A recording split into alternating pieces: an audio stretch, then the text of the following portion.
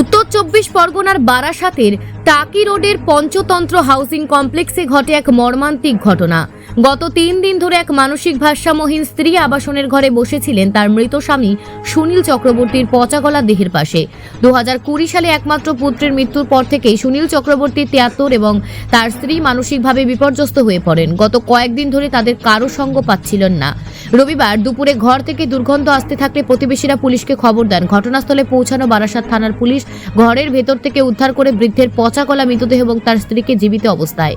Police মৃতদেহটি ময়নাতদন্তের জন্য পাঠিয়েছে বারাসাত মেডিকেল কলেজে। প্রতিবেশীরা জানিয়েছেন এই দম্পতির কোনো আত্মীয় স্বজন নেই। পুলিশ প্রশাসন বর্তমানে বৃদ্ধাকে বারাসাতের বৃদ্ধাশ্রমে পাঠানোর ব্যবস্থা করছে। Bureau report, news prime Times. আপনাদের ফ্ল্যাট থেকে বডি উদ্ধার কি জানেন আপনারা? আমরা জানি বলতে দেখুন, আমরা সবাই প্রতিবেশী। ওনার আত্মীয় স্বজন কে কোথায় থাকে কিছুই জানি না। তবে ওনারা হাজব্যান্ড ওয়াইফ দুজনেই অ্যাবনর্মাল এবং 2020-21 সালে আই থিঙ্ক আমার যতটুকু মনে পড়ছে ওনার একটিমাত্র ছেলে ছিল, সেও মারা যায় এবং তারপর থেকে তাদের অবস্থা আরও খারাপ হয়ে যায়। কিন্তু আমরা তাদের কোনো রিলেটিভস কোথায় থাকে কি বৃত্তান্ত কিছুই জানতাম না। ভবঘুরের মতো ঘুরে বেড়াতো, কিছু খাওয়া দাওয়া করতো।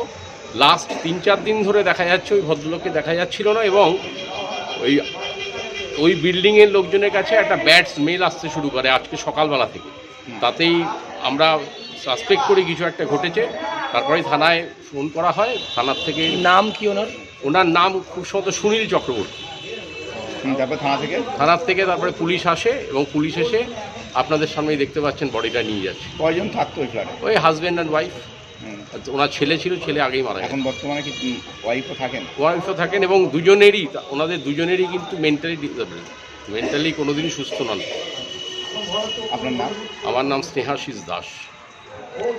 এই ফ্ল্যাটের নামটা কি আছে? পঞ্চতন্ত্র হাউজিং কমপ্লেক্স, টাকি রোড, বারাসাত।